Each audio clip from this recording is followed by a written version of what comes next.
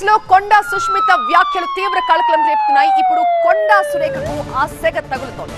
కొండా సురేఖకు వ్యతిరేకంగా ఎమ్మెల్యేలు ఏకమవుతున్నారు. ఇవాళ 20 నుంచి 30 మంది ఎమ్మెల్యేలు ఆకస్మిక భేటీకి నిర్ణయించారు. సురేఖతో పాటు గీత దాటుతున్న నేతలపై చర్చే ఈ మీటింగ్ అజెండా. సురేఖను మంత్రివర్గం నుంచి తొలగించాలంటూ కొంతమంది పట్టుపడుతున్నారట. పార్టీ నుంచి కూడా సస్పెండ్ చేయాలని ఇంకొంతమంది అభిప్రాయం. రాజగోపాల్ రెడ్డి సహా మరికొందరు నేతల తీరుపైన లోతుగా చర్చించబోతున్నారు. సుష్మిత వ్యాఖ్యలపై ఇప్పటికే రేవంత్ సహా మంత్రులు చాలా సీరియస్ అయ్యారు. నోటి దురుసు గీత దాటితే ఎవరినైనా ఉపేక్షించేది లేదని టీపీసీసీ వార్నింగ్ ఇచ్చింది. తనకు సుష్మిత వ్యాఖ్యలకు ఎలాంటి సంబంధం లేదంటున్నారు కొండా సురేఖ. జరుగుతున్న డ్యామేజ్ కి సురేఖ వివరణకి పొంతన లేదని కాంగ్రెస్ లీడర్లు అభిప్రాయపడుతున్నారు. మా బ్యూరో చీఫ్ ప్రభాకర్ ఉన్నారు మరింత సమాచారంతో. ప్రభాకర్, మీటింగ్ కి 20 నుంచి 30 మంది ఎమ్మెల్యేలు అంటున్నారు. ఏ జిల్లాల వాళ్ళు హాజరవుతున్నారు? అండ్ ఈ మీటింగ్ పార్టీ పెద్దలకి తెలిసి జరుగుతుందా, లేకపోతే వాళ్ళకు వాళ్ళే స్వచ్ఛందంగా ప్లాన్ చేసుకున్నారా? చిక్కి గాంధీవానగా మారింది. వివాదం చాలా పెద్దదవుతుందనే అర్థమవుతుంది. ఇవాళతో ఇంకా ఈ ఇష్యూ చాలా సెన్సేషన్ గా మారే అవకాశం అయితే కనిపిస్తుంది. దాదాపు 20 నుంచి 25 మంది 30 మంది ఎమ్మెల్యేల వరకు అటెండ్ కాబోతున్నారు. ప్రెస్ మీట్ కూడా పెట్టబోతున్నారు.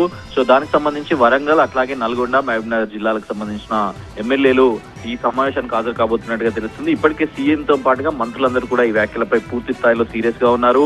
వివరణ ఇచ్చినా కూడా వివరణ అంత సంతృప్తిగా లేదు అనేది కాంగ్రెస్ పార్టీ నాయకులు, మంత్రులు, ఎమ్మెల్యేలు తమ అభిప్రాయాన్ని ఇప్పటికే పీసీసీకి చెప్పారు. పీసీసీ కూడా చెప్పారు, గీత దాటితే ఊరుకునేది లేదు. ఇక కాంగ్రెస్ పార్టీకి సంబంధించి డిసిప్లినరీ యాక్షన్ చాలా సీరియస్ గా ఉంటాయి. ఇక నుంచి ఇప్పటికే 2-3 అవకాశాలు ఇచ్చిన తర్వాత కూడా తీరు మారకపోతే కఠిన చర్యలు తప్పవంటూ అటు పీసీసీ నుంచి కూడా స్పష్టమైన ఆదేశాలు వచ్చాయి. ఇక ఎమ్మెల్యేల మీటింగ్ కి సంబంధించి ఎమ్మెల్యేలు ముందు నుంచి కూడా అంటున్నారు, పార్టీకి సంబంధించి ప్రజాస్వామ్యం అవసరమే, కానీ ఆ ప్రజాస్వామ్యం మితిమీరితే పార్టీకి నష్టం జరిగే అవకాశం ఉంటుంది. ఇప్పటికే పార్టీలో మితిమీరిన ప్రజాస్వామ్యం అయిపోతుంది. ఎవరు పడితే వాళ్ళు ఇష్టం వచ్చినట్టుగా మాట్లాడుతున్నారు. కాబట్టి ఒక లైన్ తీసుకోవాల్సిన అవసరం ఉన్న నేపథ్యంలోనే ఈ రోజు సమావేశం జరగబోతున్నట్టుగా తెలుస్తుంది. కొండా సుష్మితకు సంబంధించి తనకే సంబంధం లేదు అంటూ కొండా సురేఖ ఇచ్చిన వివరణ పైన కూడా చాలా మంది ఎమ్మెల్యేలు, మెజార్టీ ఎమ్మెల్యేలు, కాంగ్రెస్ పార్టీలో ఉన్న మెజార్టీ ఎమ్మెల్యేల తమ అభిప్రాయాన్ని చెప్తున్నారు. అసలు అది ఏ రకంగా కూడా ఆమోదయోగ్యం కాదు. ఒక ఇంట్లో ఉంటూ ఒకటే ఫ్యామిలీకి చెందిన వాళ్ళు ప్రభుత్వం పైన, పార్టీ పైన విరుచుకుపడుతుంటే కనీసం ఖండించాల్సింది పోయి తనకు సంబంధం లేనట్టుగా ఎలా వ్యవహరిస్తారంటూ కూడా ఎమ్మెల్యేలు తమ అభిప్రాయాన్ని వ్యక్తం చేస్తున్నారు. ఈ మొత్తం వ్యవహారంలో అటు సీఎం కూడా దీనిపైన సీఎం దృష్టికి కూడా వెళ్ళినట్టుగా తెలుస్తుంది. అట్లాగే పీసీసీ చీఫ్ అయితే నిన్నటి నుంచి కూడా దీనిపైన మానిటరింగ్ చేస్తా ఉన్నారు. ఆ రిప్లైని కూడా పీసీసీ చీఫ్ పరిశీలించిన తర్వాత తన నిర్ణయాన్ని చెప్తామని చెప్పారు. కొండా ఫ్యామిలీలో ఇలా పార్టీకి వ్యతిరేకంగా మాట్లాడటం కొత్త ఏం కాదు. గతంలో కొండా మురళి మాట్లాడారు. అండ్ పార్టీని ఇబ్బందుల్లో పడేలాగా కొండా సురేఖ సైతం కొన్ని వివాదాస్పద వ్యాఖ్యలు చేసిన తర్వాత వివరించారు. సో ఈ ఫ్యామిలీకి కొత్త ఏం కాదు పార్టీకి అగెనిస్ట్ గా మాట్లాడటం, లేకపోతే పార్టీని ఇబ్బందుల్లో పడేయటం. బట్ ప్రతిసారి ఏదో ఒక వంకతోనో, లేకపోతే ఒక సీనియర్ లీడర్నో ఏదో ఒక సాకుతో కొండా సురేఖ ప్రతిసారి ఆ ఇష్యూస్ బయటకు వచ్చేస్తున్నారు. బట్ ఈసారి కొండా సురేఖ కూతురు చేసిన వ్యాఖ్యలైతే అన్ని లిమిట్స్ క్రాస్ చేసి మాట్లాడినట్టు కనిపిస్తోంది. బట్ స్టిల్ పార్టీ ఎందుకు ఇంకా వెయిట్ చేస్తోంది ఒక యాక్షన్ తీసుకోవడానికి? ఎందుకంటే క్యాడర్ కి కావచ్చు, మిగతా లీడర్స్ కి కావచ్చు, ఖచ్చితంగా పార్టీ క్రమశిక్షణ దాటితే ఎలాంటి చర్యలు తీసుకుంటుంది అధిష్టానం అనేది వాళ్ళకు కూడా తెలియాలి కదా. ఎగ్జాక్ట్లీ ప్రతిష్ట. అంటే ఈ అంశంలోనే ఇప్పటికే కాంగ్రెస్ పార్టీలో వివాదాలు ఎన్నొచ్చినా కూడా దానిలో మెజారిటీ వివాదాలు ఇప్పటిదాకా వచ్చిన దానిలో కొండా సురేఖకు సంబంధించే ఉన్నాయి. కొండా సురేఖ గతంలో సినీ యాక్ట్రెస్ కు సంబంధించిన అంశంలో మాట్లాడడం కావచ్చు మీరు అన్నట్టుగా, దాంతో పాటుగా తన మాజీ ఓఎస్డీ అరెస్టు సమయంలో కేసు నమోదైంది. ఆ కేసు అరెస్టు సమయంలో కూడా కొండా సుష్మిత ఇదే రకంగా మాట్లాడారు. సో ఆ సందర్భంలో కూడా అధిష్టానం చాలా సీరియస్ అయింది. అప్పుడు కూడా మీనాక్షి నటరాజన్, మహేష్ కుమార్ గౌడ్ ఇద్దరు పిలిచి మాట్లాడి మళ్ళీ ఇలాంటివి జరగొద్దు, బహిరంగంగా ఇక్కడ మాట్లాడొద్దు అంటూ అప్పుడే చెప్పించి పంపించారు. కాకపోతే మళ్ళీ గీసుకొండ మండలం వరంగల్ జిల్లాలో జరిగిన సమావేశంలో కొండా సురేఖ వ్యాఖ్యలు అందరినీ సర్ప్రైజ్ గురి చేశాయి. అక్కడున్న ఎమ్మెల్యేలతో పాటుగా ఈవెన్ మంత్రుల పైన, ముఖ్యమంత్రి పైన కూడా ఏకంగా దాడి చేయడం అనేది డెఫినెట్ గా మాటల యుద్ధానికి దారి తీసిందని చెప్పొచ్చు. అటు ఎంతమంది ఎమ్మెల్యేలు అప్పటికప్పుడు రియాక్ట్ అయినా కూడా మెజారిటీ ఎమ్మెల్యేలు, ఉత్తర తెలంగాణ, దక్షిణ తెలంగాణలో ఉన్న ఎమ్మెల్యేలు ఒక ఇన్ఫియారిటీ కాంప్లెక్స్ గురయ్యే అవకాశం ఉంటుందనేది మెజారిటీ ఎమ్మెల్యేలు చెప్తున్నారు. ఎందుకంటే ఇప్పటికే పార్టీకి సంబంధించి వివాదాలు ఉన్న నేపథ్యంలో పార్టీలో ఇంత ఇంత పెద్ద వివాదాన్ని లైట్ గా తీసుకోవాల్సిన అవసరం లేదు. డెఫినెట్ గా కఠిన చర్యలు తీసుకోవాలి. అవసరమైతే కొండా సురేఖ రాజీనామాను డిమాండ్ చేయాలనే దిశగానే ఈ రోజు ఎమ్మెల్యేల సమావేశం ఉండబోతున్నట్టుగా తెలుస్తుంది. మీడియాతో కూడా మాట్లాడే అవకాశం అయితే కనిపిస్తుంది.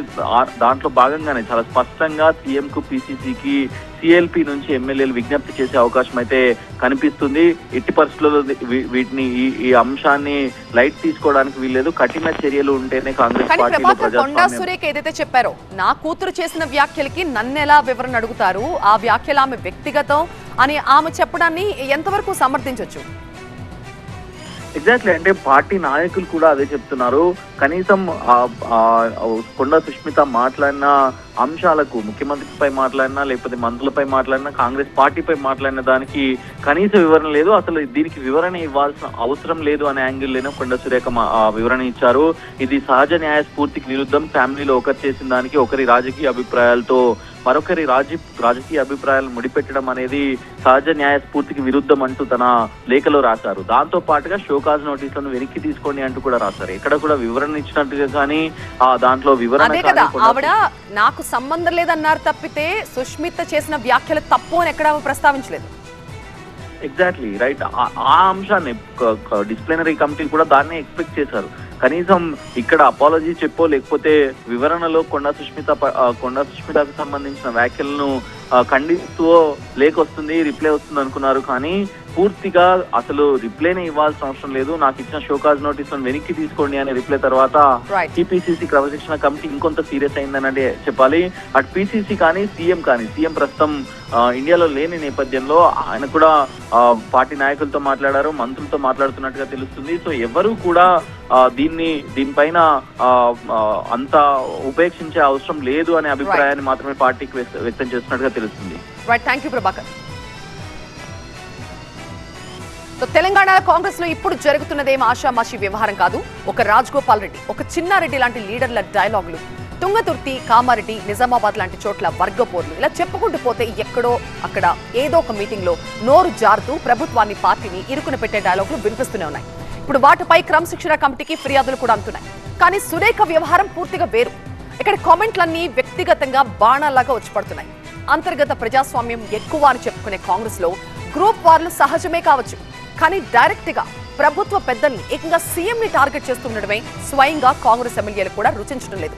సుష్మిత వ్యాఖ్యలకి వివరణ ఇవ్వాలని కొండా సురేఖని స్టేట్ కమాండ్ అలాగే క్రమశిక్షణ కమిటీ కోరిన నేపథ్యంలో ఆమె అయితే వివరణ ఇచ్చారు. కానీ పార్టీ పెద్దలు మాత్రం ఆ వివరణపై ఇంకా అసంతృప్తిగానే ఉన్నారు. ఇప్పటికే సీఎం సహా మంత్రులంతా ఈ ఘటనని చాలా సీరియస్ గా తీసుకున్నారు. హైకమాండ్ కూడా లైట్ తీసుకునే పరిస్థితి ఏం లేదు. ఈ నేపథ్యంలో ఎమ్మెల్యేలు ప్రత్యేకంగా భేటీ కావడం ప్రాధాన్యం సంతరించుకుంది. అయితే కొందరు కొండా సురేఖని బర్తరఫ్ చేయాలంటూ, ఇంకొంతమంది ఏకంగా పార్టీ నుంచి తీసేయాలంటున్నారు. ఫైనల్ గా ఏ నిర్ణయానికి వస్తారో, ఏ తీర్మానం చేస్తారో మీటింగ్ తర్వాత ప్రెస్ మీట్ లో వెల్లడించే ఛాన్స్ అయితే కనిపిస్తోంది.